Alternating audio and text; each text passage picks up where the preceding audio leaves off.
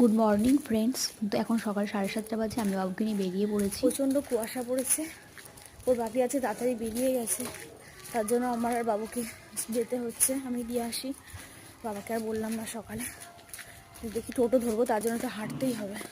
কুয়াশা পড়েছে প্রচণ্ড, বৃষ্টির মতো পুরো পড়ছে। তো চলে যাই হেঁটে, তারপরে দেখি টোটো ধরবো।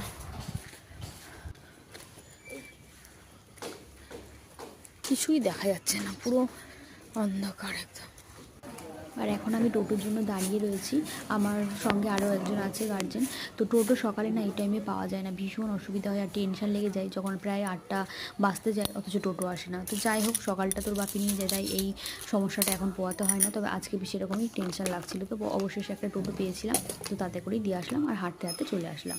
তো এখন আমি স্নান করে পুজো সেরে নিয়েছি, আর বৃহস্পতিবার তো একটু প্রসাদ খেয়ে নিলাম। আর এখন চালটা ভিজিয়ে দিয়ে আমি একটু খেয়ে নেব, তারপর রান্না বসাবো। আর বাবা গিয়েছিল বাজারে, সে মাছ টাছ নিয়ে এসছে, তো সেটাই আর কি। তো মা শাকটা বেছে দিয়েছে, এবার বাদবাকি সবজিগুলো আমি কেটে এক এক করে রান্না করব।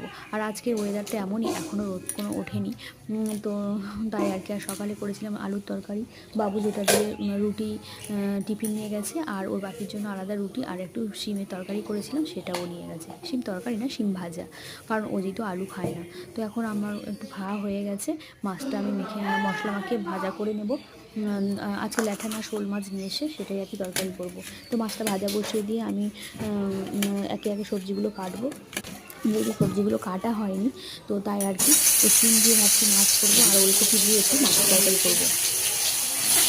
তো মাছগুলো আমি ভেজে নেবো। আর রোদ তো উঠছেই না, তার জন্য জামা কাপড়ও সেভাবে কাচিনি, কয়েকটা কেচেছিলাম।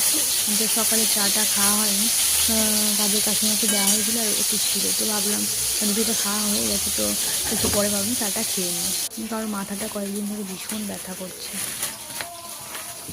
তো শিমগুলো নিয়ে এসেছিলো বেশ অনেকটাই, শিম কটা কেটে নিলাম। আর এখানে ওলকপি দিয়ে মাছ করলাম, আর শিম দিয়ে মাছের তরকারি করলাম, আর কলমি শাকটা ভাজা বসিয়ে দিয়েছি, এদিকে ভাতটা প্রায় হয়েই এসছে। তো এগুলো নামিয়ে নেবো। আর বেশ কয়েকটা লঙ্কা ছিল, কিন্তু কেমন শুকিয়ে গেছে, তার জন্য ভাবলাম গাছ থেকে কয়েকটা লঙ্কা নিয়ে শাকের মধ্যে দিয়ে দিই।